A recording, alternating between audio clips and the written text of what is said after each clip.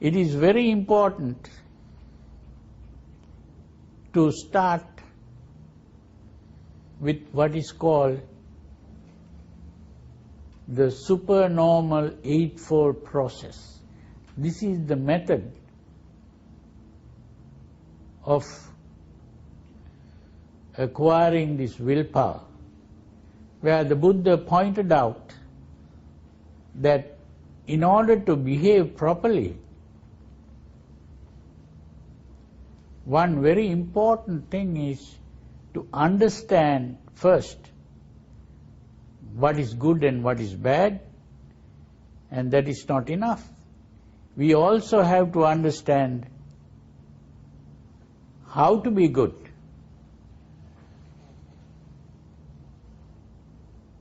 And so with the understanding, we have to understand the importance of being good, and we should have being good as our goal.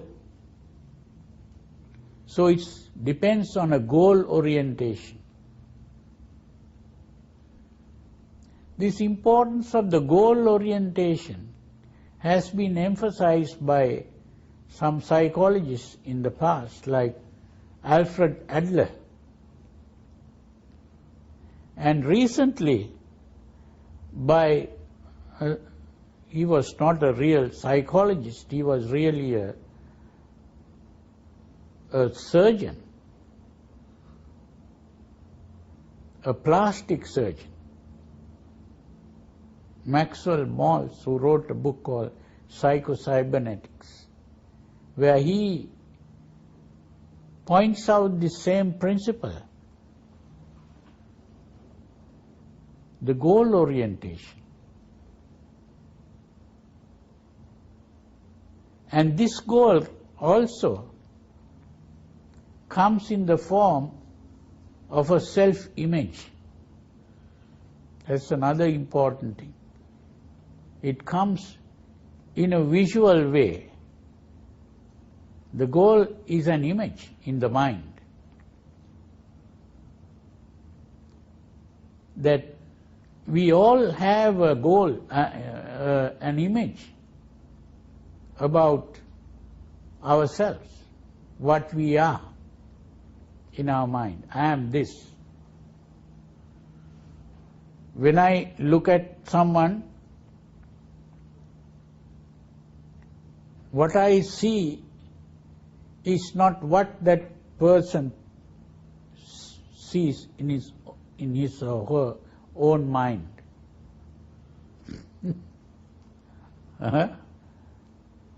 So that is the thing, that when someone looks at me, that person will see something, see me as in some way, but how I see myself is different. Because I know not only what I see in my mirror, but I know my whole history from my childhood and my parents, how my parents behaved. All those things are included in my self-image. So my self-image is very different from what other people see when they look at me. And that self-image is there to make me act. My actions are based on that self-image. So this is why it is necessary to change this self-image if I am to change my behavior. This is what Maxwell Maltz points out. It's very important.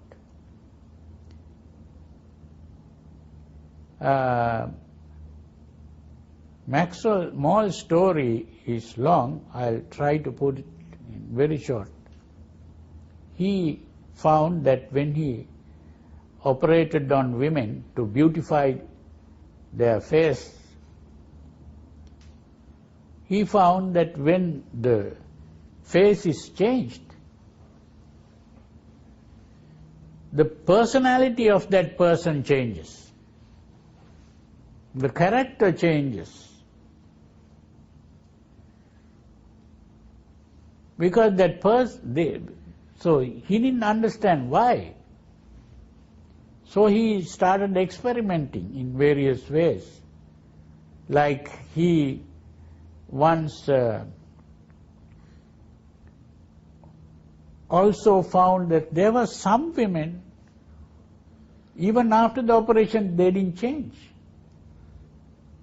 So he spoke to these people and said, "Why, do you think you are good looking?"